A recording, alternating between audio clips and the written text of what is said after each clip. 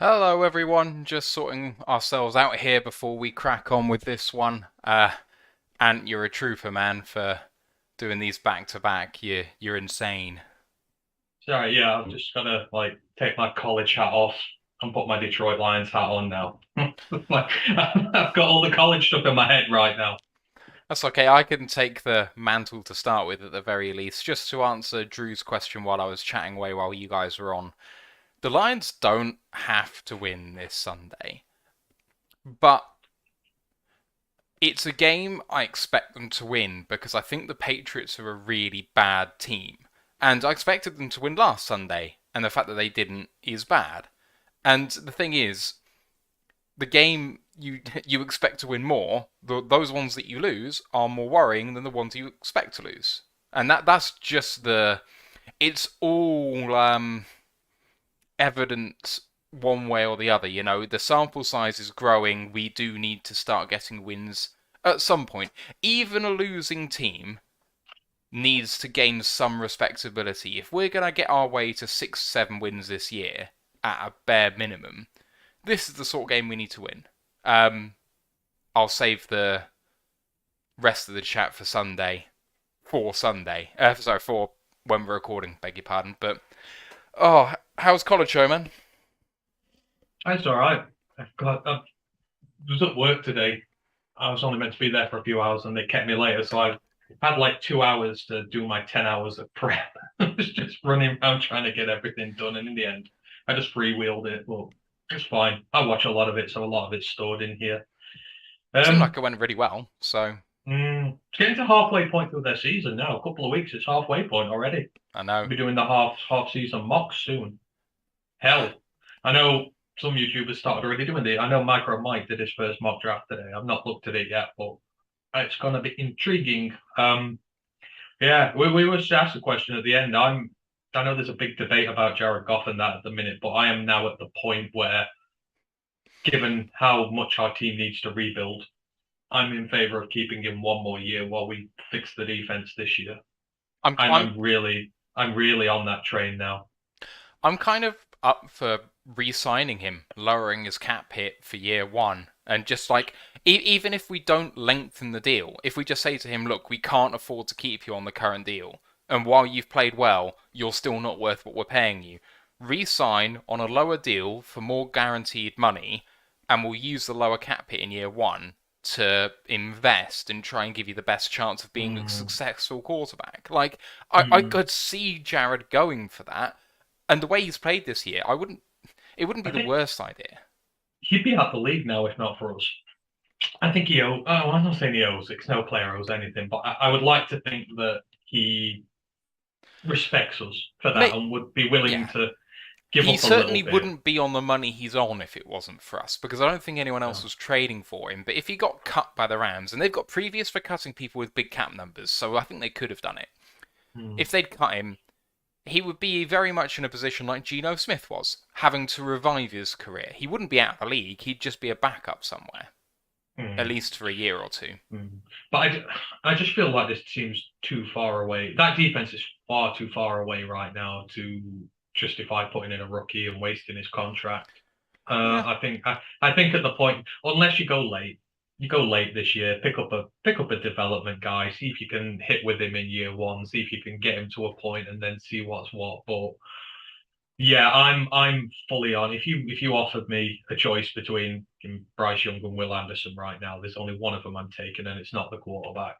Um, we need a game changer on we need an actual game changer on defense, and he's the biggest defensive prospect to come out since Miles Garrett. He's potentially that good. So, yeah. and him and Hutch together would be is like, well, Hutch ain't going to be getting double team much longer because you've got to get a double team for Anderson, you've got to get a double team for Hutch, you've got to get a double team for Aleem in the middle. You can't double team everybody. Can you imagine in a NASCAR package having Will Anderson and Hutch on the same side of a formation? It'd And be amazing. a healthy Romeo Aquara and Charles Harris to rotate in to do it. I mean, Oh, Jesus, a yeah. front five of Aleem with all those four outside him on like 3rd and 10. Oh, the stuff that dreams are made of. Right, should we get the show on the road? Because you've been going a while. Let's do it. All right. So match going on at 9, so we'll lose people to that. Recording in progress. Welcome to another edition of the Royal Lions UK podcast, episode 147. Revenge is a dish best served cold. My name's Matthew Turner alongside Anthony Fitzpatrick. How you doing, man? Yeah, I'm doing good, thank you. Yeah, let's do this. Yeah, right, let's get in some preamble first before we talk about the Lions at the Patriots game coming out this Sunday. Our Discord channel is hot and hotting up through the season. Lots of really good chat in there. Do hit me up if you want to get involved. College Football Podcast, if you're watching live, that happened about half an hour ago to 2 hours ago. Where have you been? And what did you talk about? Yeah, we focused on week 5 of the college season. We did a review of the games then, of our pit watch results, some of the other noticeable results as well. Ryan did a breakdown of the FCS as well, the level below, where a lot of the players and teams are not talked about. So he's doing a weekly review of that now as well. And then we had a look at this weekend coming up, some big fixtures coming up this weekend amongst teams who we weren't necessarily expecting it. College game day is heading to Kansas for the first and maybe last time ever. It's if you're watching college football, watch the Kansas TCU game. It's going to be really, really good. Yeah, really looking forward to that. Please don't forget to like the episode, sub to the show, rate us 5 stars if you can on your podcast provider. Really, really appreciate that. And don't forget to download the Lions Nation Unite app as well. We're there. So is Micro Mike and all of the best YouTube content creators. Herman Moore's pet project. You need to go and check that out if you haven't done already. And we are a Twitch affiliate. If you do watch us on Twitch, or if you have a Twitch account and you are an Amazon Prime subscriber and you're not using your free subscription that they provide you every month, then we'd really appreciate you throwing that our way. Doesn't cost you a penny, but does put a little something in our pocket. Right, let's get on with the news. And starting off with a bit of good news. And we've needed some. It's a moral victory of sorts, I guess. But Jared Goff wins FedEx Air Player of the Week for his performance against Seattle in Week 4. He obviously balled out, and I know he had the pick 6 in the middle of that, but passer rating in the 120s, 4 touchdowns, and apart from that one play, a pretty flawless performance, and even in a loss, getting recognised nationally for once. 45 points should win you a game of football. That is the be all and end all. And I know I was critical saying, we need to cut out the stupid errors, the peanut punch fumble, the pick 6. But for the most part, he kept us in that game when probably we had no right to, the way we're playing on defense. And it's great to see. I know Jared Goff's a conundrum, but I always said from the beginning, I felt bad about how he was treated in LA and by Sean McVay and getting dumped here and no one wanted him. And it's good to see him confident, playing well, and getting the respect that he deserves. Now, is this going to be a long-term thing? Who knows? But for right now, right where we're at this moment in time, Jared Goff is the best thing for the Detroit Lions, the best quarterback for the Detroit Lions, not thing, sorry. But he is the best guy for us right now. He is playing his heart out. He is playing well. Yes, there are errors in there. I've just learned to accept that at this point. You are going to have some errors in there, but it's good that he's getting the recognition. I'm glad he's playing well, and hopefully it continues for the rest of the year, because by God, we're going to need it with this defense. So you're sure that you wouldn't rather Tim Boyle in there? Sorry. Hey man, okay. I love a good laser show. I do, I do. So yeah, right. Let's move this on. Cornerback Jerry Jacobs and defensive lineman Josh Pascal have had their 3-week activation clocks started. This means even though they're on IR, they can now practice with the team. Up until now, they've not been allowed to practice with the team whatsoever. They can now practice with the team, but they have 3 weeks to get activated to the main roster, or they are forced to go on season-ending IR. Jacobs posted the day before on Twitter with a celebratory kind of meme, so we kind of knew that he was on the way back. Pascal maybe came as a bit of surprise, because we were all alluding to it before, this show, that we were worried about him, that we hadn't heard much about him, much, similarly with Levi and other players like Romeo, it kind of radio silence. So the fact that he's coming back is a surprise. And they've got to be confident that they can activate them in that short amount of time. And I mean, I would imagine that they're fully fit, because you only start the activation so they can start training with the team to acclimatise to the playbook and kind of get in the mix. Because what's the point in activating them if they're not going to threaten to start? I mean, it'd be great to have them in rotation, but training them when they're only 80-70% fit surely risks re-aggravation. They've got to be confident here. But the thing we have to take into consideration is they have the bye as well. So I don't expect to see any of them for this weekend. They're No. neither will play against the Patriots. But then you've got 2 weeks then, so they can have start training this week. You can have 2 full weeks of practice under your belt with them before deciding what you're going to do. And I think this was deliberate. Bring them back, start them training because it's not often that you can get 2 weeks. Well, there's only one time a year you can get 2 weeks of training in without a player having to play a game. So it's sensible to get these long-term injured guys in now. Then, like you say, 2 weeks down the line, they've played what, five training sessions by then, 6, 7, whatever.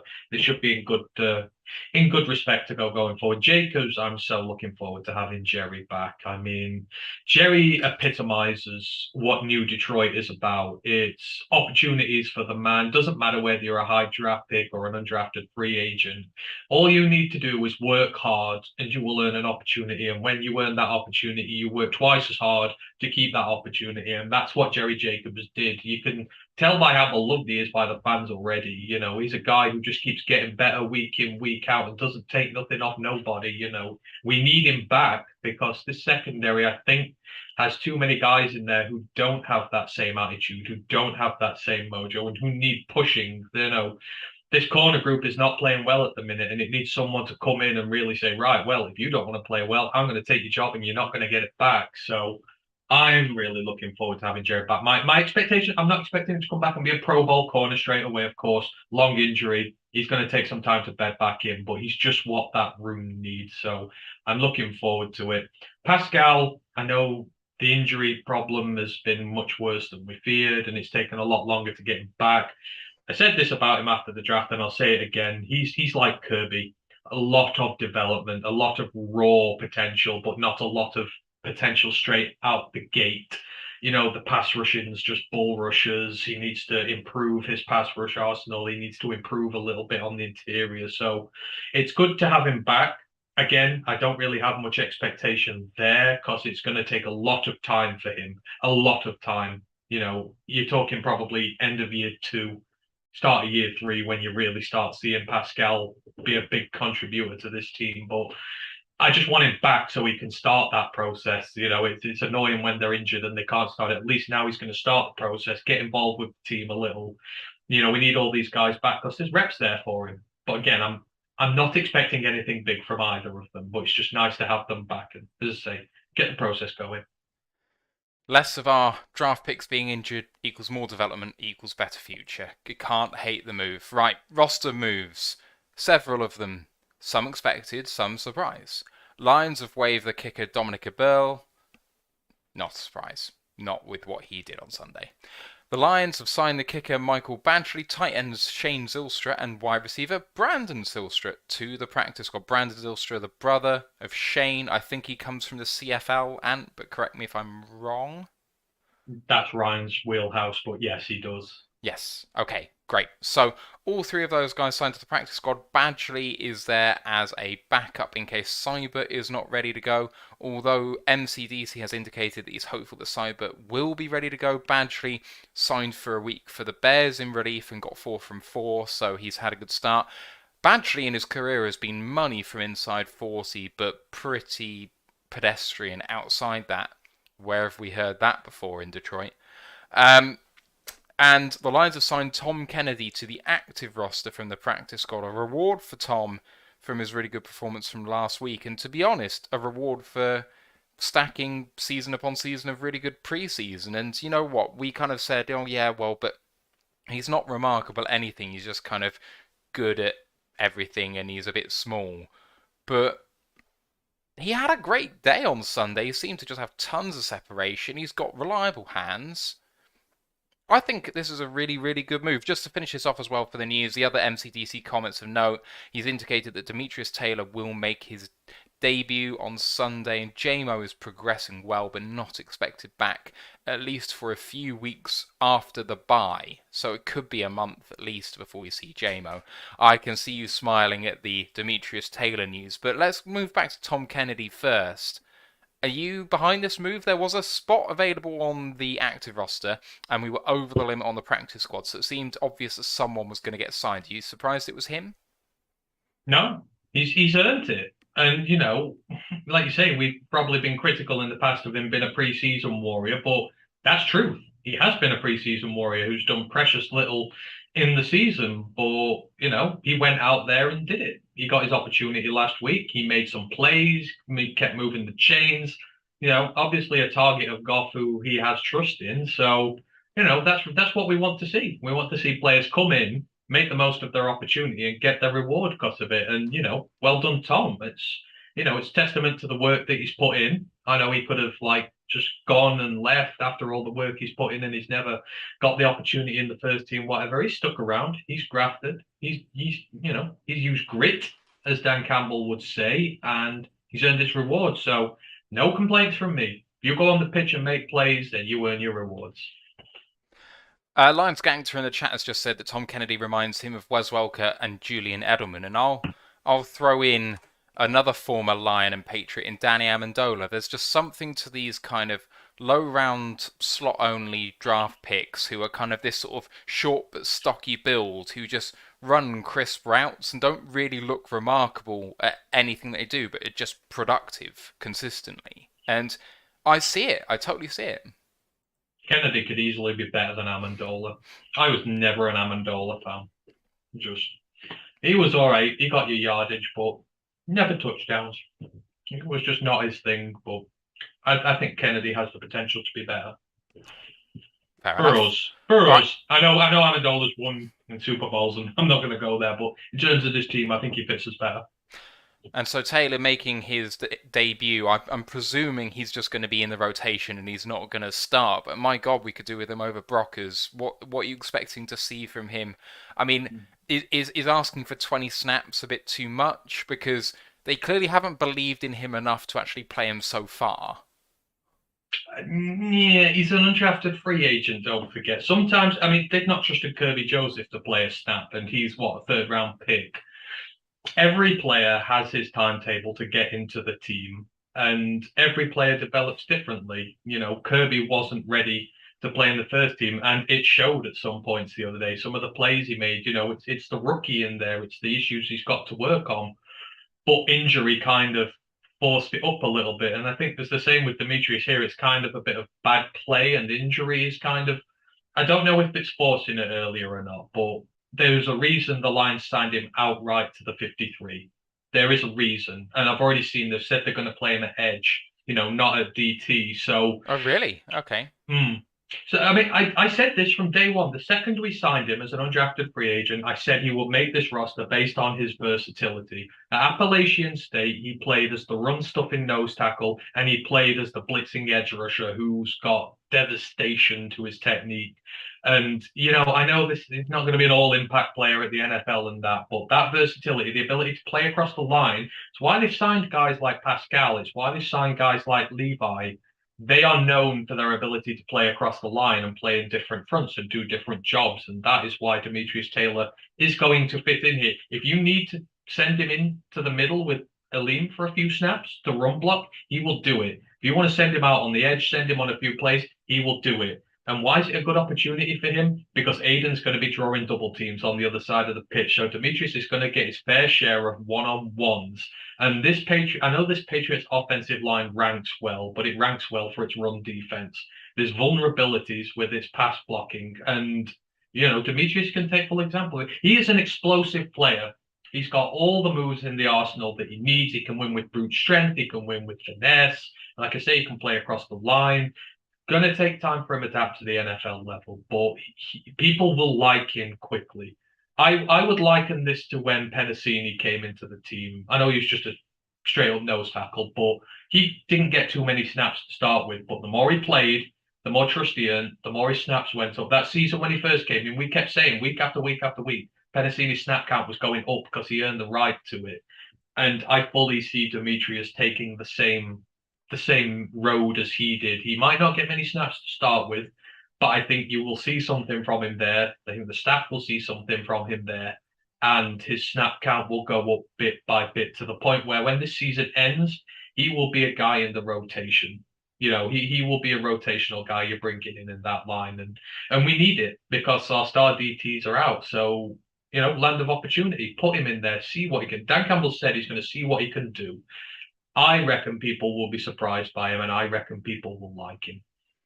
If he can make Brockers a surplus to requirements by the end of the year, can't be a very happy person. He already was. Brockers was only ever here to the cap hit's not big enough to worry about. It's a big it's 10 million savings. It's a lot of money to save on him next year. It's only 4 in debt.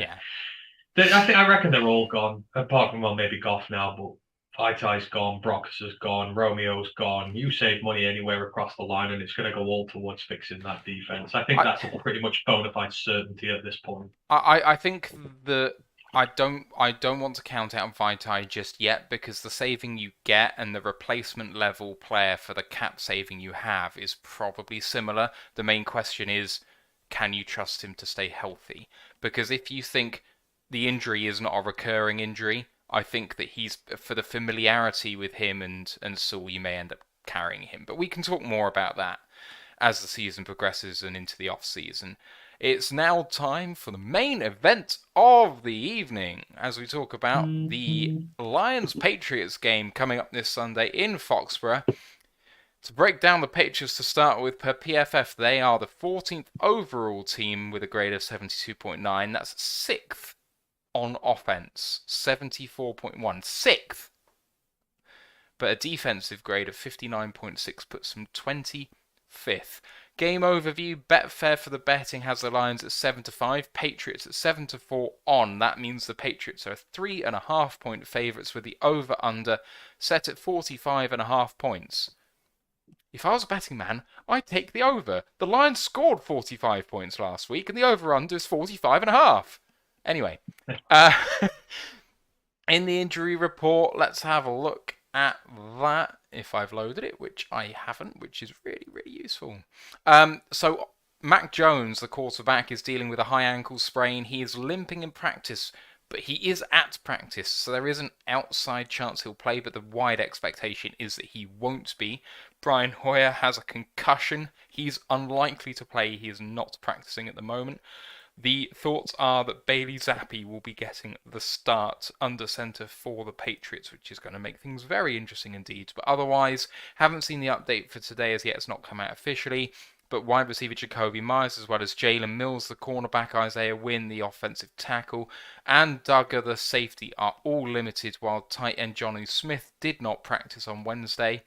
For the Lions, lots of people didn't practice on Wednesday, but they did confirm that actually those were kind of veteran rest days. So Board, Brown, Cephas, Chark, Kaminsky, Hockenson, Ragnow, Reynolds, Amon-Ra, and Swift all did not practice on Wednesday, with Awazika, Decker, Jackson, Nelson, and Seibert all limited. Today I have seen it confirmed that several people did return to practice, but I don't have the list in front of me.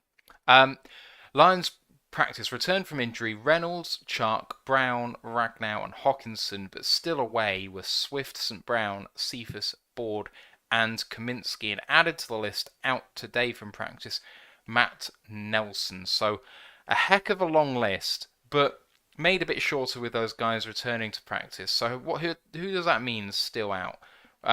Board still out at the moment of practice. DJ Chark returns. Cephas return. No, Cephas is out.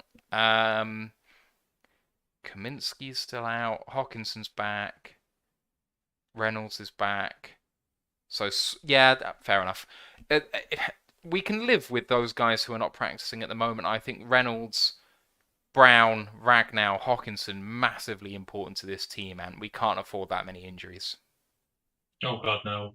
It's been a curse, really, hasn't it? The injuries this year, they're just really, really getting us at the minute. This is a banged-up team, and the bye is coming at probably the best time possible, because the likes of Amon-Ra and DeAndre, they just need the extra week to heal up and be getting ready to go again. So, but next man up. There's no excuses here. You still put up 45 points last week, sans your two top playmakers and, a couple of important members of your offensive line.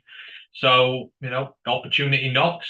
You're one of these guys who's in there. Jamal Williams has taken the opportunity to show that he can be maybe not running back one, but certainly a good rushing option for us. He's leading the league in rushing touchdowns. He looks good. He looks confident, now that he's finally getting his chance to shine. So that just has to happen across the board now. Just players who want to be hungry, go get their opportunity and not let it go. So, at this point, the injuries are just part and parcel, and we have to deal with them, and we can't use them as excuses anymore.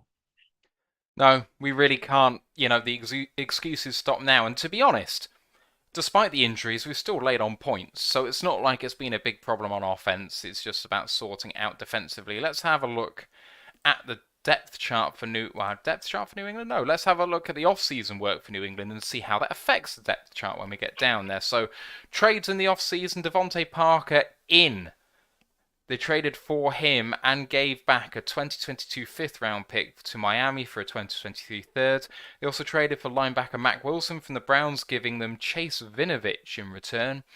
And N'Keal Harry, the wide receiver, traded to the Bears, the former first-round pick, to the Bears for a 2024 seventh-round pick. Effectively, nada. Draft picks this year: Cole Strange leading the way in the first round, the surprise pick at guard, but he's done exceptionally well given how people thought of him, especially through the draft process. Tyquan Thornton, the wide receiver, at 50. Marcus Jones, the cornerback, at 85. Jack Jones, the cornerback, at 121. The running back, Pierre Strong, at 127. Bailey Zappi, the quarterback, at 137. Kevin Harris, the running back, at 183. Sam Roberts, DT, at 200. Chasen Hines at 210, the centre. And finally, at 245, the offensive tackle, Andrew Stuber. In terms of free agency, some big names leaving this team. Running back Brandon Bolden, cornerback JC Jackson, linebacker Carl Van Noy, center Ted Karras, linebacker Donta Hightower, and cornerback Malcolm Butler all left the team this year. And you know how important Van Noy and Hightower and Karras and JC Jackson have been to this team over the years.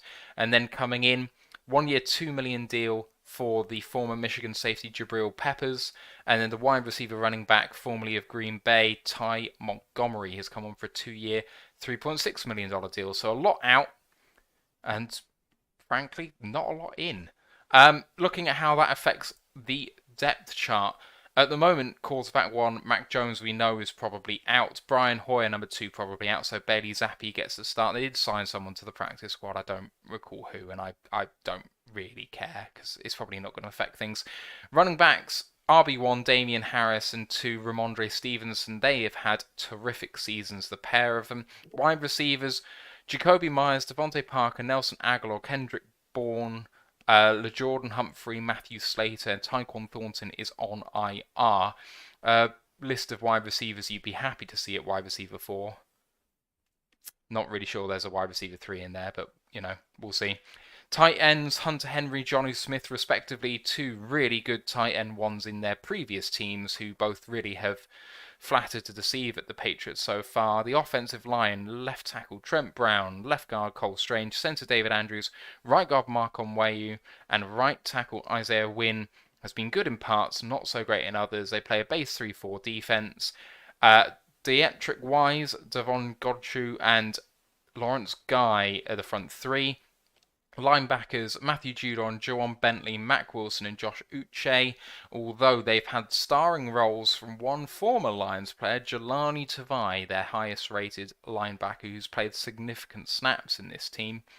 And then their back 4, Jonathan Jones, Kyle Duggar, Devin McCourty, and Jalen Mills. But Jack Jones has really come on big. They've also got, as I mentioned before, Jabril Peppers in there, Marcus Jones, the draft pick, as well as Sean Wade, the former Ohio State cornerback. And on special teams, kicker Nick Folk, place kicker Nick Folk, and punter Jake Bailey. Get that right in my head first. Going through that depth chart, and what are you making of the Patriots so far this season, and from what you've watched from them? All I know is I'm worried about Zappi playing on Sunday. I mean, we have a history of making first time, debuting quarterbacks and bad quarterbacks look good, but the problem I have with them playing Bailey Zappi, and Bill Belichick's a very clever guy. He's one. Yeah, that is a thing into itself. And what Bailey Zappi was good at in college, he played the air raid system at Western Kentucky. He beat Joe Burrow's passing yards record in college. There's one thing he can do, it's fling the ball downfield. As you look at the receivers they've got Nelson Aguilar. He's always been a good downfield threat there. You've got guys who can hit you deep. And the last thing people expect from a Patriots offense is to hit you deep down the field. They run the ball hard. That's what they've always done throughout the years is run the ball hard. You have to really be up for the trench warfare with these. You have to be prepared to be tougher and stronger than they are to beat them. But when you have Bailey Zappi in this team, you take one look at our secondary, which is young, it's inexperienced, and it's one of the worst in the league, probably by some distance. I think, excuse me, when I stop coughing, I think Bill is going to dial up some big plays on us. I think he will let his quarterback come into this game, make some big throws, and that could be really bad for us because he is, accurate downfield. That's one thing we can't deal with. So, just from a matchup standpoint, I'm really worried because, I think he's going to come out. I think he's going to be confident. It's going to be his first NFL start. It's going to be full of beans. And Bill's going to dial up some big plays for him early, let him settle in, and then we're going to be in trouble. So, it's all right saying Mac Jones is out and we're playing against this guy. But like I say, we struggle and I think he's going to throw big on us, and I think he's going to cause us issues. So I'm concerned about that. The running backs, Damian Harris, is really good. The offensive line, it's just not been as good run blocking this year. But I mean, the Seahawks offensive line couldn't run block to save its life until it came and played against us, and then it was a world-beating side. It went from 4 yards per carry to something stupid like 7 against us in one game. So, it's a good team. The Patriots always be good. Even if they've not got flashy names in their team, they will be disciplined. They will be well drilled. They are tough to beat, and they are all about their trench warfare. But they've got a quarterback who can just, do that little bit special with them. So, I'm kind of tired of saying, oh, well, it's on our defensive line to go out there and make plays, etc. The center's one of the worst in the league at run blocking. I think it's David Andrews, is it? He's terrible. So, I would expect pressure through the interior. If I put Demetrius and Aleem on him and really try and isolate him and go through the middle, then you can have success there. The 2 tackles, as you alluded to, have given up a lot of pressures. They've not been solid by any means at this part in time. So, it's there to be had, but I don't like the quarterback matchup at all. It's an interesting one with the quarterback. I tend to agree with you, and I mean, I'll come on to my observations on the most recent game against Green Bay, but I was quite impressed with what he did against the Packers. He came in a really hostile environment, and they kind of made it easy on him to start with, giving him a few handoffs, but he grew into the game, a few nice play-action passes. The line gave him time to throw against a really good Patriots defensive line, front 7, and he was hitting his open guys downfield. His wide receivers were finding separation, and he was hitting them. I didn't see any really big throws from him, but in that sort of environment, I'm not really sure the situation called for that, and he kind of very much took what he was given and didn't make too many mistakes. I came away pretty impressed, but we'll talk about that in just a second. Key matchups for this game, we always start with the trenches, because how can you not if you're a Detroit Lion fan? Our O-line has been up and down. The run blocking has been very good for the most part. The pass blocking has been less than what I was hoping for by this point. It's been fine, but it's not been the sort of caliber that we've been hoping for in this off-season. And they're going up against a Patriots defensive line. Front 3. It's a big front 3. But it's a team that actually has struggled in the run blocking, and actually they've been doing pretty well in terms of pass rush. So Wise and Judon have got 4 sacks each after 4 games on the outside. So it's going to be an interesting battle of our offensive line versus their defensive line, and really for me that's where the game's going to be won and lost. If you have a look at the other side of the ball, the Patriots' offensive line is moderately good. It's still the number one ranked rushing offense, I think. So we're going to have to do something, and our defensive line has not had the impact we hoped it would, and it seems like this is going to be a massive part of the game. Who can get the best of which offensive line? I don't know. I mean, like you say, that three-headed monster they've got on their D line. Christian Barmore's looking really good for them. He was the draft pick from Alabama last year. He's come on leaps and bounds. His pressure rates are really good for this season. So, you've got Ragnar and you've got Brown in the middle there. You've got Wise. You've got Judon. It's got a lot of production. So our tackles are going to be tested. I have all the faith in the world in Penny. I think Penny is. I could just leave him on his own on an island out there and he'll get it done. Taylor's worrying me a bit. He's leaking pressures this year. He's leaking quarterback hits. I know he's not really giving up the sacks, but he's giving up the pressures. If you're putting him one-on-one with Matthew Judon, I'm concerned about that matchup, and I would be sending the tight end out there to help him. Let's just put it that way. If I'm chip blocking anybody, it's Judon. I'll let Wise slug it out with Penny. Penny will win every day of the week, but we need to get better. Dan Skipper's not very good in pass protection. He's leaking pressures as well. The run game, it works, but what you lose because of how big he is and the size, there's just too many speed rushers who get the best of him. And if they match up a speed rusher against him, then you could be leaking pressure through the interior because Frank's been struggling a little bit as well. So I don't know. I just know the Patriots play nasty. I mean, the way you've got to go at them here, you've got to look at that linebacker group and go, right, we can run the ball on this team. And you say, that defensive line ain't defending the run as well. I'm going up against Jelani Tavai and Jamie Collins, etc. I'm going to expect Penny to go and flatten them on the second level. And I would expect a lot of success against the run, with the running game for us here, because that linebacking core's garbage. It really is. So that's how you hit this Patriots side. On the flip side, again, I'm concerned. Michael Onwenu is probably one of the best guards in the NFL. In fact, yeah, he is one of the best guards in the NFL. I wouldn't say best, but he's certainly up there. In both facets of the game, Onwenu is a monster. So, that kind of helps you center, that helps you tackle. They will, wherever they see the mismatch, they'll send Onwenu in to help him.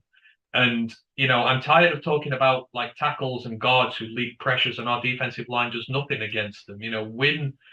They're not special, these tackles, but, our defensive line's done nothing. Julian looks awful, and I'm ready to cut him. Bryant's not doing much better. Aiden's getting all the double teams, and he's not, not at this point in his career good enough to deal with it. So he's getting nullified. I know he's still getting pressures on that, but they're basically taking him out of the game. Charles is struggling. He's not replicating last year's form yet. I mean, if you just gave this to me on paper and I didn't know how our defensive line was doing and I just saw the names, I'd say, look, we can have a lot of success against this offensive line here. I can see where the problems are. The problem is at center. The problem is at the tackles. The guard's pretty decent. They say Cole Strange, come up from Chattanooga, looks really good. And but I don't trust the defensive line, not one bit. It's not getting home on its own, so we're having to blitz with it, and the blitz is leaving us wide open and vulnerable. And I don't know. I think trench-wise, both offensive lines have it in this one, but their defensive line kind of has more of a chance of making an impact against ours than we do against theirs. I think this is a trench battle that it's going to be very hard to win, and it has to be the emphasis, the onus has to be on our offense to really go and get the work done again. Because if they can pass protect Zappe well enough, he can start slinging the ball around a little bit, then we're going to have problems. Yeah, that's the other key matchup that I've put in here. Pat's quarterback, and who is it? And it's probably Zappe versus our secondary. Now, up until last week, we all thought that Okuda was having a real bounce back, kind of comeback of the year, sort of comeback player of the year sort of start to the season, from really low expectations. Some people saying, cut him, he's a bum, and all that sort of stuff, which we never bought into. I think most reasonable-minded fans did not buy into any of that. But still, coming in, he had to win his job, which he did. 3 weeks through, he played very, very well, and then DK Metcalf and Tyler Lockett kind of handed it to him. So, Gotta hope that Jeff comes back with this, but nothing about these wide receivers gives me massive pause. Maybe Aguilar is the only one, but there's nothing to me remarkable about Jacoby Myers or Kendrick Bourne or any of these guys. Like they're people who wouldn't get on the Lions team. Keep them in front of you. Yeah. That is, if I was Aaron Glenn, that would be the thing. Keep them in front of you. Because if they get behind you, Zappy will find them. If you keep them in front of you, he'll struggle. That's, where he had a lot of his problems in college is when, when you play the air raid, there's always someone open for you downfield. So, likewise, he's good with the deep long balls. Don't let them get behind you. Stay in front of them. Let the rookie make mistakes because he's going to throw wayward passes. That's what rookies do. They will make mistakes. There will be a mistake there to be had, but you've got to do it with the player in front of you because if he gets behind you, he's gone. And like I say, I know you say that Aguilar and Myers and that aren't great, but when have the Patriots really ever had a really great top 5 receiver? That's not how they work. They don't work with these top 5, top 10 receiving options. They have decent receivers who they scheme correctly and they find the matchups for them. And this is our defense, Matt. Don't forget, if we had a semi-competent defense, I might agree with you, but lesser wide receivers have made us look stupid at this level. And, Bill will scheme a way for them to get open. He will see the vulnerabilities of this defense. He will match up correctly. So, like I say, just don't let them get behind you. No blown assignments, no missed calls, no miscommunication. Any of that rubbish this weekend, and they'll make us suffer. So, that's all I can say there. I am worried because this is the Patriots. They don't operate with big, fancy wide receivers. I guess what I would say about this game, and I'm, as much as we all want to say that we don't want Amani to play much of a part in this game because of what's happened in recent weeks. Should be benched. Well, yes, he should be benched from merits from past performances, but it was a matchup nightmare for him last week. Whichever of the two wide receivers he was against, he had a massive disadvantage because he couldn't hang with either of them because of their skills. If I look at the matchup this week, I don't see a similar problem for him. And so for that reason, I do expect him to play. And I actually think he will have a bit of a bounce back in this game now. I'm not expecting the world from him. But the stark contrast between his reasonable play last year and what he's shown so far is too big. I think that's not sustainable. And I do expect some kind of positive regression from him. So we'll see what happens there. There were indications that Will Harris might get the start at cornerback. Some might say that's better. Some might say that's worse. I don't know. So the whole principle here, they showed a very strict line when they benched Logan Stenberg. He was struggling in pass protection. He'd given up sacks. And even though he was playing really good in the run game and he was doing well, like Skipper's doing well in the run game, he's giving up pressures as well. They benched him 2 games. That's all they gave him.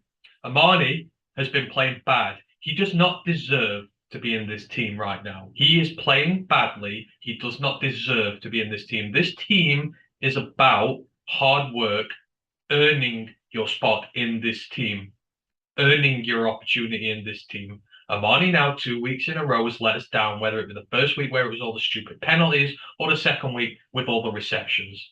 There is a line in the sand that you have to draw, and you have to do it for the rest of your team. Because what's Logan going to think? He's going to go, hang on, I got benched for bad performance, but that guy, he just gets put on the field and he's starting every single week. I don't care whether it's an issue of depth behind him. You've got to start Will Harris or Chase Lucas, then fine. So be it. They've earned an opportunity, then send them in there and let them play. But Amani cannot be allowed to take the field every single week as an uncontested starter. Otherwise, we're just going back to the days of Jamie Collins, of Trey Flowers, of Nick Williams, pros who couldn't be arsed and were playing bad and just got the starts all the time. You're going back to the Patricia era with that kind of attitude. So Amani needs benching. I don't care whether the matchup's good or not. Bring someone else in who's earned an opportunity and let him sit and think about the mistakes he's made. And if he wants to play better, fine. This is a contract year for him, so he should be playing better. And I'm seeing all this thing now. He's playing hurt. He's playing injured. If that's the case, hook him. Take him out this team. I don't want hurt or injured players playing in this team. Let him go and rest. Put him on IR. Whatever. I'm not having this excuse that he's playing injured and he's not playing well. That doesn't wash anymore. That's the previous regime, not this one. We've got enough corners to be able to make depth here. Move Iffy back, whatever. But I'm sorry, you're out. And It's Bobby there are more Price defenders season, that need baby. if it's Bobby Price, if it's the ghost of fucking Christmas past, I don't care who you put at cornerback. If they've earned the opportunity, stick them there. But Amani is one of those players who needs benching, and there's a few right next to him, i.e. Brockers and possibly Anzalone. Bench a lot of them and make them think about it. Because this is no better than what Matt Patricia did in letting all his friends stay in the lineup all the time despite subpar performances. Brockers, completely subpar. Was it 2 pressures in 360 odd pass rushing snaps or something like that? Or hundreds. It's like 2 pressures in hundreds worth of snaps. Anzalone, I don't actually mind what Anzalone's done. Not compared to the others, but still, if you're looking to lead by example, Rodrigo's done a hell of a lot more in a shorter space of time, and he's a 6th round rookie. I love Rodrigo and the energy he brings. So give it Barnes, give it somebody else. Bring someone up to the practice squad. I don't care. You've got to start making an example of these senior players letting the team down. And Amani is right at the front of that queue. So I don't care matchup or not. Bench him and leave him there until he's got an opportunity to come back in. I mean, you know that I have been on this train for the last 2 and a bit years that we've been doing this show, along with a couple of others. No, I think that Ryan's been with me on it as well, that we've believed all the way through that Amani's just not good enough. And the picks kind of started swaying that opinion last year, but he was still getting burned last year. It really was like that cornerback of the Cowboys who was the worst cornerback in football, but he led the league in interceptions, so suddenly he's good. Now, he's improved, Trayvon Diggs, but Amani reminds me of, like, a pound shop version of him, because he's just not got the skills of him, and he's bad in coverage. Like, if you're a good football team, he's in your cornerback 3 rotation room. He will make some plays for you, and he'll give up some. He's not your cornerback 1, which is currently, he's cornerback 2 probably now, but he is rotational cornerback 3, cornerback 4. That's when you've got a good team. So there's some distance to go yet, but someone needs to be made an example of for what has gone on. And he is in the frame, Brockers is in the frame, Anzalone's in the frame. And I'm going to get worried if Campbell keeps putting them in there as starters, because it shows that he's not learning from what Matt Patricia did. And he's taken a hard line so far. They kicked Collins off the team for bad performance last year. So why is that sort of... Bad performance and attitude issues potentially as well. No, but still bad performance. He was shocking to start the year. So, I want to see that level of discipline enforced on the rest of them, because in some cases it seems to be one rule for one, wrong rule for others. But Amani's done nothing to justify a starting spot. Neither has Brockers. So, have a Liam start this weekend. Start your 3. I'd rather just go back to a 3-4 again. I'm sick of the 4-3 thing. Just put a Liam in there, put some rushes in, get some good outside linebackers going, put the pressure on that way. And that way you can bench Brockers' as ass because you don't need him. Let Demetrius have snaps in front of him. Your youth is the future. Brockers is not the future, and he's shown that he can't be the veteran who is leading by example. At least not on the pitch. I mean, Isaiah Buggs has outplayed him. Legitimately outplayed him. And Buggs hasn't been great. Him. Yeah. Kaminsky's outplayed him. Kaminsky has played on that edge, though, rather than being in that interior, on the most part. But he's played in there. But again, he play might be showing the leadership off it, but the whole point of having Brockers here for the 2 years was meant to be to show the leadership on the pitch and follow by example for the young guys. And he's not doing that. So no. At the end of the day, he was productive in a system with Aaron Donald beside him, and as much as we want to believe in Aleem, he ain't Aaron Donald. So what do you want to do? He's proven that he can't do it without that man beside him wrecking things and being triple teamed. So we need to look to the future now. Absolutely right. Let's move on to talking about my observations from the recent game, Patriots in Green Bay, and then we'll look at ways to win before predictions. I know that there's a certain other show that's on at the moment, so we'll try and get through this as well.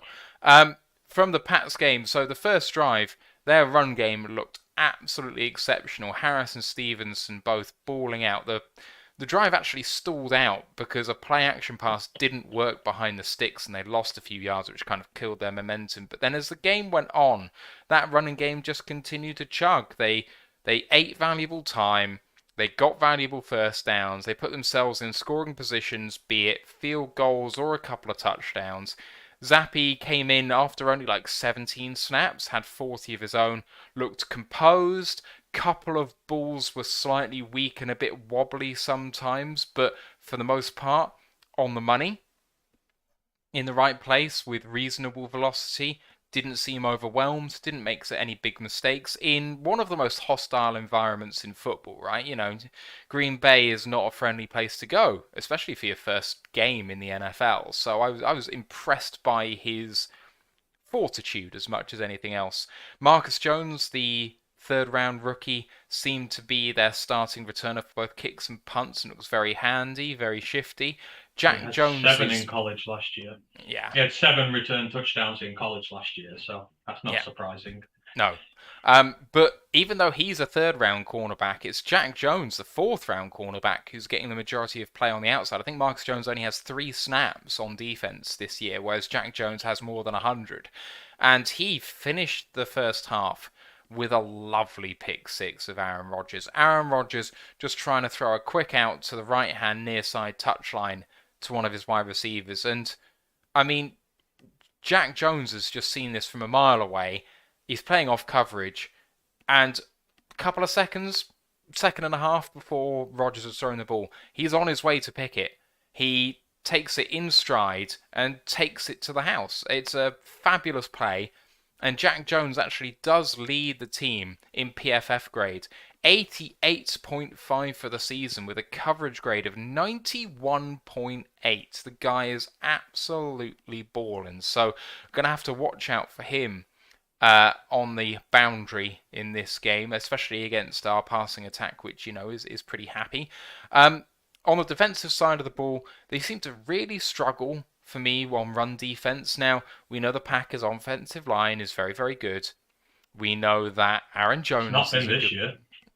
It hasn't been the best. But we know that Aaron Jones is a particularly good running back, and we know they have another, the Quadzilla behind him as well.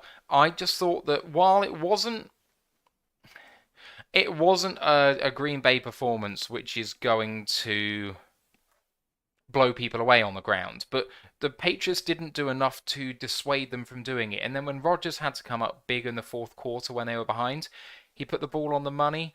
And the Patriots' coverage wasn't good enough to stop Rodgers having his way with them. Now, it went to overtime, and it went down to the final few seconds before the Packers kicked a field goal to win the game. But, I don't know, the Patriots stayed in it, but never really looked like they were taking the game by the scruff of the neck, and the Packers just looked more threatening.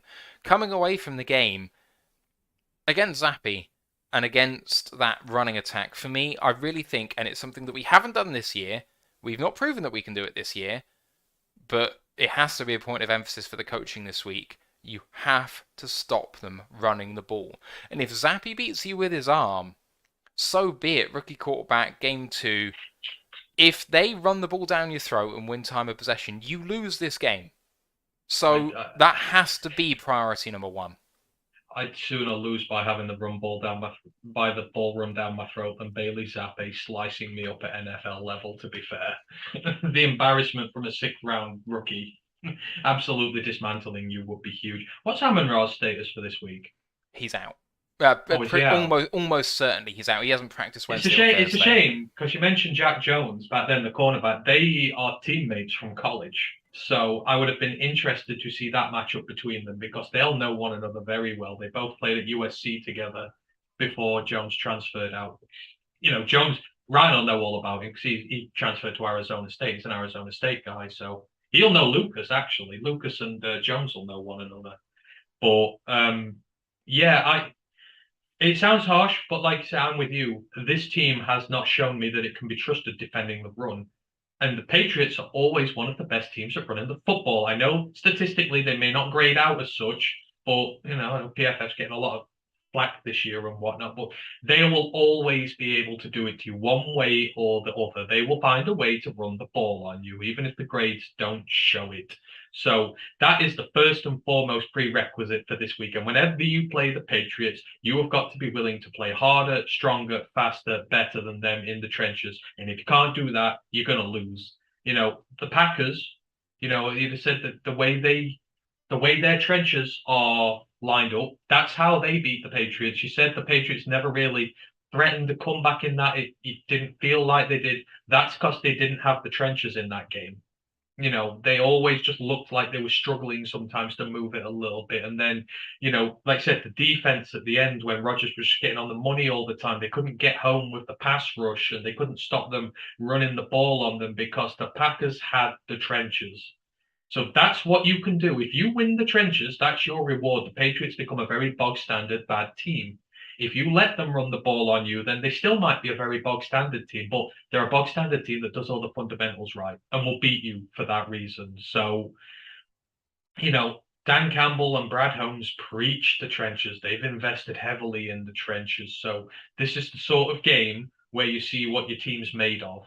I mean, the D-line got embarrassed by Seattle, and I mean embarrassed. It looked atrocious, and every single member of that D-line should be ashamed.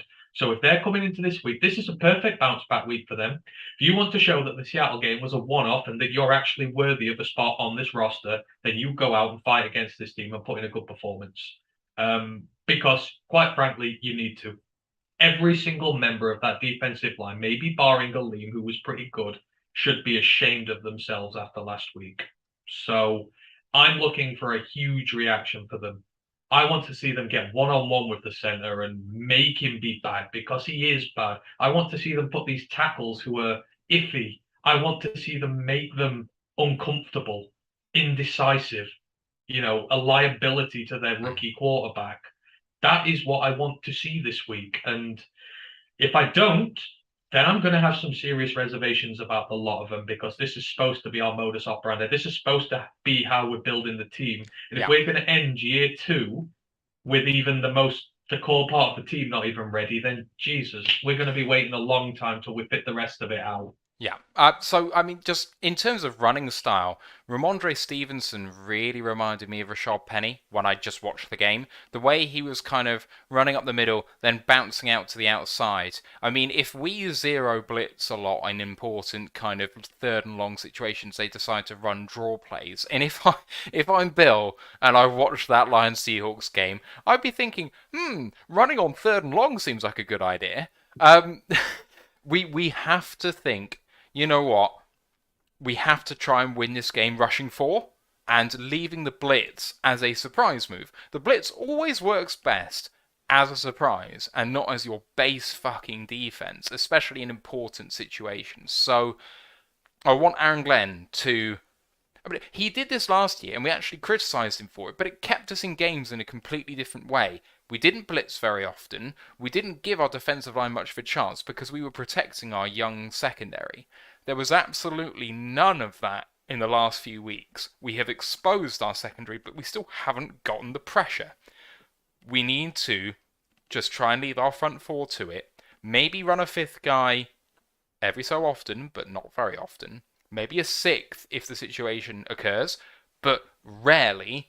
And give our back 7 a chance to cover and make plays. Because they were on a hiding to nothing against a team that shouldn't have done that to us. Now, I said before that I think Seattle was a really bad matchup for us.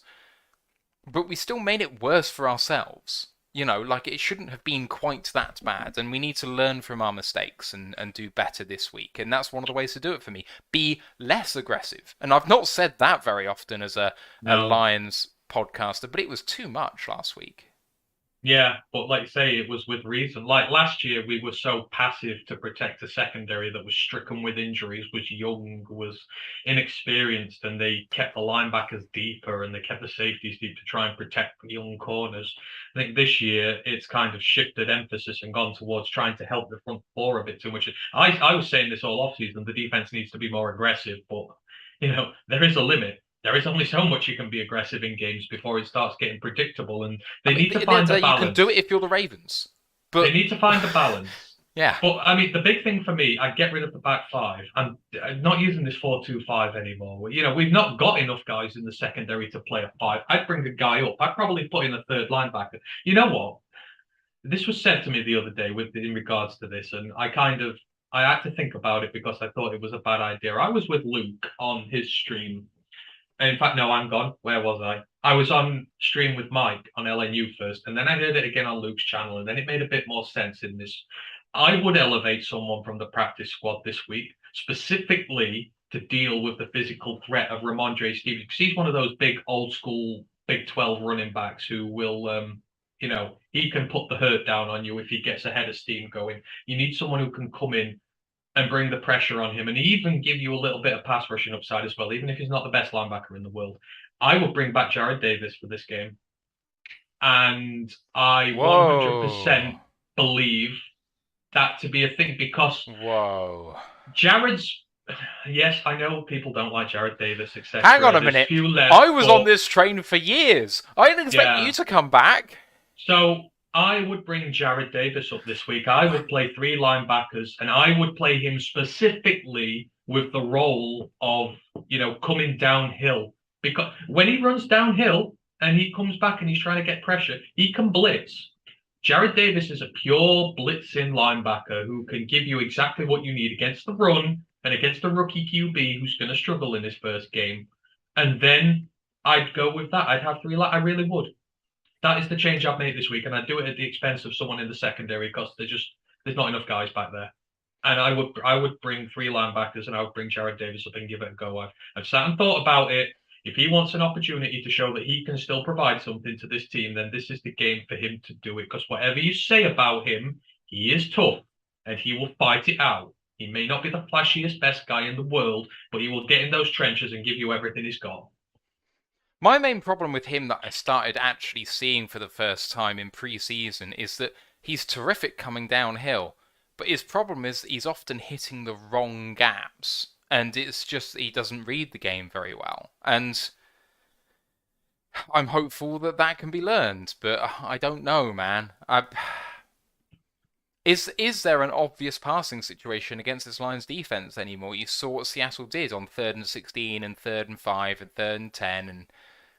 I tell you one thing, Jared would not nesh out of the tackle like Amani did on them. In fact, Amani should be benched for that play alone when I go back to it. I keep forgetting about this, but that play when he neshed out of that challenge, he should have just been stripped straight off the pitch right then. That is unforgivable at the NFL level. He had a head of steam and could have just hit him. Instead, he stopped, did his little stutter step, tried to act clever. Running back just ran straight past him. Stupid. Bad play, but Jared Davis won't give you that. Jared Davis will lay a hit on him. He might not move around fancily and do much else, but he will make that tackle. That's the difference. But put 3 linebackers in and defend against the run with them. And like you said, if they want to try and hit you downfield, trust your secondary. Tell your secondary religiously to stay with his man in front of him. Very easy. Play a little bit of soft coverage. Give him a bit of room. See if he can hit you downfield, because you will make Zappy make a mistake if you do that. That's how you do this. Grandizer in the chat said a question on DLOTP yesterday, Detroit Lions on the prowl, and he said question there was 3 things you'd improve on this defense, or what changes would you make to improve this defense. I think we've covered off 2 by saying 1, change in formation, and 2, blitz less. I'm trying to think of a 3rd, and it's got to be some fragment of disguise to this defense. But in terms of how to do that, honestly, as an NFL mind, I've got to confess that I'm just not quite there yet with how you're doing that. I mean, okay, lining up in the same formations as you do for one play and running something else, rolling to something else, I guess, but that's not so easy, especially with some young and experienced guys in this team. You want to try and make it simple for them, but that's easy to read. Complicating it inevitably brings with it problems, and we've already seen problems on this defense. So against Seattle, there were a couple of touchdowns near the goal line with busted coverages in zone coverage, and it's like, just hit your zone. Like, sometimes the problem with complicating it is it can go wrong very quickly. So I don't know what to do. So 3 for me. So I think 1 for me would be trust your young players. Trust your young players to come in this team and play well for you. Jerry Jacobs came in this team last year, was trusted, and he rewarded that trust. AJ Parker came into this team last year, gave him his trust, he gave it you back. You know, he performed really well for this team. This year, Malcolm Rodriguez put straight in this team. You gave him the trust. He rewarded that trust. The young guys, if given an opportunity, will come in this team and they will play really well for you. The vets are not doing it. Now, this is not a case of where we're saying just play the youngsters, the season's over, we're tanking, give them some vital reps. No, this is we've hit rock bottom. This defense has hit rock bottom, and our youngsters can genuinely come in and do a better job. So trust Demetrius Taylor to come into this team and play well. Trust Derek Barnes to maybe come in and take a bit more of the responsibility off Angelo. And I know he's still been playing poor, but he was second in pressures last week. He at least showed something in the blitz game, which is where he's good at. So he's getting there.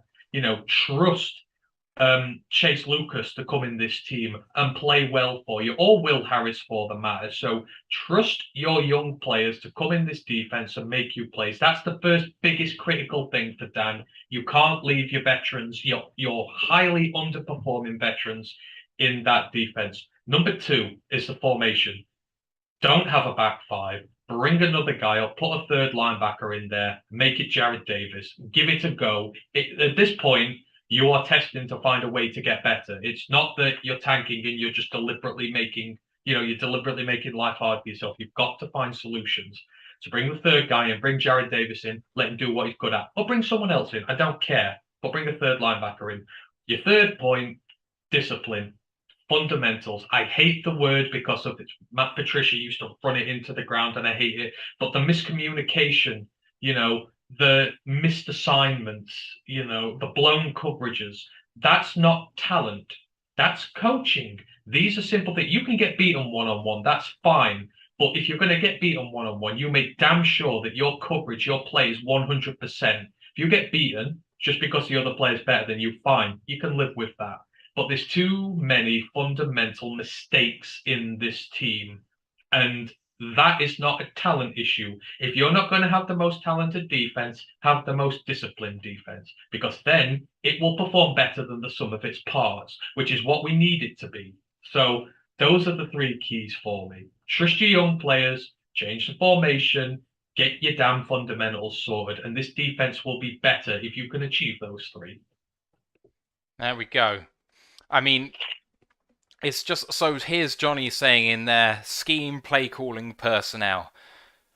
Yeah, I mean, it's so easy to say, isn't it? But, I mean, personnel, someone said, isn't there someone we can pick up from free agency who can do better than some of the guys that we're getting, that we've got on the field here? But it's like, if it was that easy, every team in the league would be going after that player, he'd be gone, and then he's not available to you.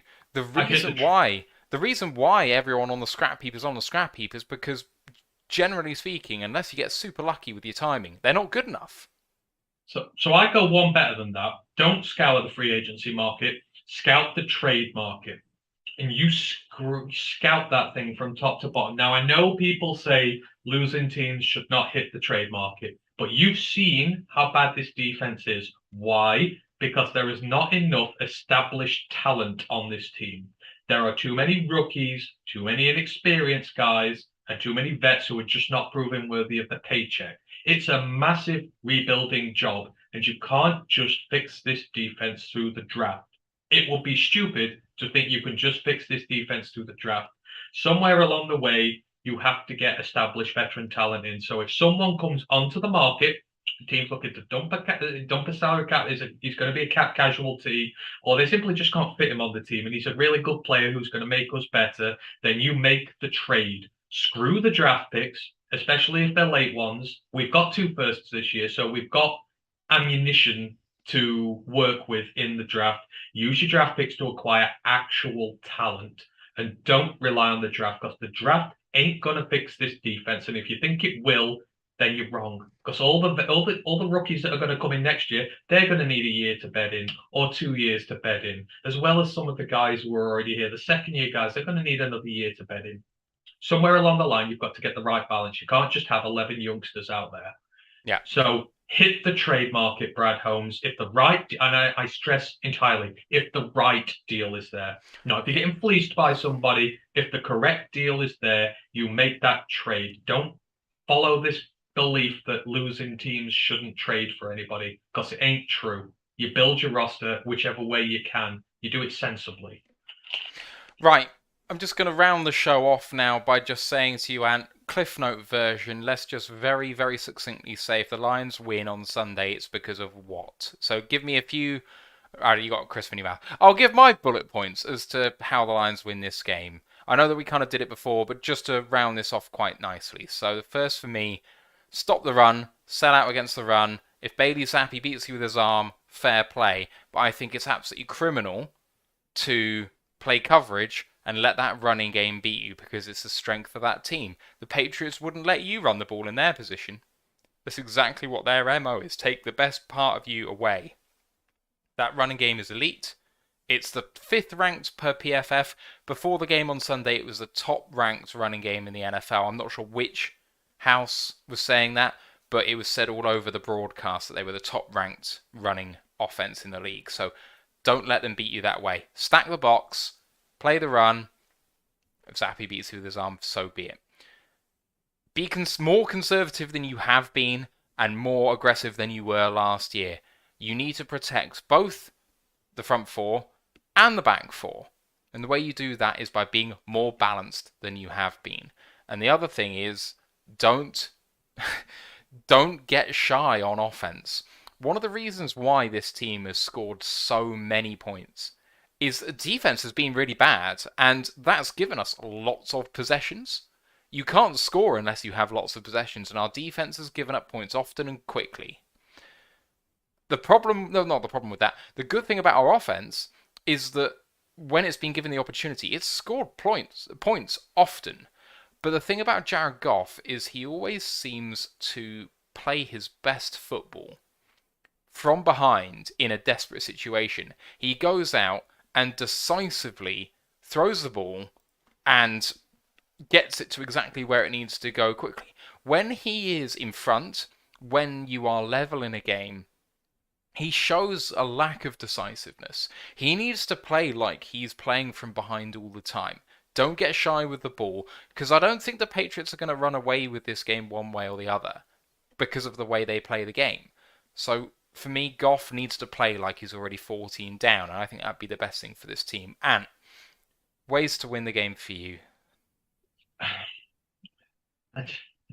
At this point, it kind of, I feel like I'm using tropes, and I feel like I'm using them week after That's week okay. after Just week. give the Cliff Note version then if you already said it before. I mean in terms of the games. Against the Patriots, you have to win the trenches. It is one of the biggest tropes in football, but quite simply, it's the way that you beat this team. This New England team is incredibly well disciplined and fights. That's how they play for years, forever and a day. And people still struggle to deal with it even to this day now. Your defensive line has to start winning some one-on-ones. It has to start finding ways to win some of these double matches. You know, Dan Campbell talks about finding mismatches and stuff like that. Why are our defensive linemen always outmatched by their offensive line? That has to change. They have to scheme better. They have to find a way to give these guys some help without overcommitting too much there. But you've got to win your trench battles. So the offense just needs to do exactly what it's been doing all season. Run the ball hard, put Jared Goff in favorable situations, open up the playbook, score points. That is what we've done this year. We've ran the ball. You know, think how many times Goff last year was throwing from 3rd and 10, 3rd and 9, 3rd and 8, when the playbook is very reduced. Your receivers don't have time to get in front of the line before a pass rush is bearing down on you, etc. So offense, don't change damn thing. Do exactly what you're doing now. Just maybe try and pass protect a little better. That's the only thing I will say. Defense, like I say, there is a way to win this game. You stop their run game and you put it on their arm of the 6th round rookie. And you put him in uncomfortable situations. You put him in the 3rd and long situations, because when he's got Aiden Hutchinson, Charles Harris, Lee McNeil bearing down on him, and he's at 3rd and 10, he's having to make throws that he's not accustomed to making, he's going to make mistakes. I mean, I'm not lying when I say that Western Kentucky offense last year was just all air raid. He didn't have to make a lot of these short to intermediate passes because the long route was always open. So it's the weaker side of his game, forcing him to throw quick, forcing him to throw accurately. You've got to put him in a situation where he's trying to do that, because he will give you the football. The Patriots are going to try and run it as much as they can and keep it out of his hands all day long. So you've got to stop that. Force them to rely on Bailey Zappi more than they can their run game. That is how you win. And you mesh that with your offense doing exactly what it's done all season. Can our defense do it? I would say no. I don't have the faith in it at the minute, but that's the way you win the game. Take away their most feared weapon and put it on the rookie. That's all I got. There we go. There you have it, folks. The way to win this game. And just going to come back to you quickly for a quick score prediction. Yeah. Pull the trigger. 33-21 to the Patriots. Oh, shit. Oh, my God. Sorry. Well, I've had belief in this team, but, you know, guys like Drew and all those who told me to rein in my expectations and that I shouldn't expect much this year, they were right. You know, I was wrong for expecting anything of this team. I was wrong for expecting the second year to be a positive year where we could show strides going forward. So, my bad. I'm wrong. I'm going to now accept reality that this team isn't good enough. I do not accept your negativity. And I know I said take the over in this game, but I think both sides are going to run the ball effectively, and it's going to be a narrow game, therefore, and a low-scoring game. I think the Lions take this one 20-17. Just think it's going to be a narrow game, but Goff has been clutch. Goff has really been clutch. And you know what? If it has to come down to the quarterbacks, I'm trusting Goff over Zappi every time. So that's the one thing that gives me hope in this game. Right. We're going to end the show there, I think. If you've got any comments about what we've said, about what you expect from this game, please do leave it down below on YouTube. Thanks to everyone for listening live or on the audio pods. Appreciate you all. Our next show is going to be on Monday, which is the Patriots review show. I'm probably going to be doing a live stream on Sunday, so if you want to watch it along with me, you'll probably see it first, and then you can watch me react to what's been happening. I don't know if, Ant, you're available on Sunday too. Maybe you're working, I'm not sure. But I'm probably going to be working till at least late on. I'll try and join you late on in the game, but I might have to rewatch it again. I really, really wanted to go to London to boo the Packers this Sunday, but I'm not going to be able to get there, unfortunately. The tickets are just too expensive with them coming out. But I hate the Saints now. Saints should have beaten the Vikings. Screw you, Saints. I know. Raw the Lions College Football Podcast did happen today. Go and check that out. Week 5 review, Week 6 preview, as well as an FCS roundup from Ryan, so you'll want to go and check that out. Otherwise, our socials, please do add us. Interact with us on Raw the Lions UK on YouTube, Twitch, Facebook, Instagram, and Twitter. The group for Worldwide fans is Detroit Lions Fans UK 1 Pride Worldwide, and you can read Ash's previews of the upcoming week on RawTheLionsUK.com. Please do subscribe to the show on YouTube or add us on Twitch and on your podcast provider. Rate us 5 stars or not, and you can hit us up on our email address. You can find that on our YouTube page. Just remains for me to thank Ant for going back to back tonight. Absolute trooper. Love you, man. Cheers. We live love in hope. You too. And for all our little tips, we do love one another, really. Hell yeah. And if we lose this game, I'm going to flip because I cannot see Matt Patricia's smug little fucking face. How have I not mentioned his name once in because this podcast? He's not relevant to this game. We just hate him. I still want, you know, if you want to be my favorite Detroit Lions player of all time, then walk over to him and I can jackhammer him through a table, and I will love you for all eternity. Just see him calling an offensive play and a defender pushes Bailey Zappi into Patricia and he falls over. Would be peak television viewing. That's all I'm saying. Oh, no. Through a table and then body slam Jelani to buy on top of him. That'll do for me. It's Charles Harris with the steel chair! Anyway, we'll see you for the game on Sunday, and we live in hope. Let's go, Lions. One pride. One pride. Worldwide.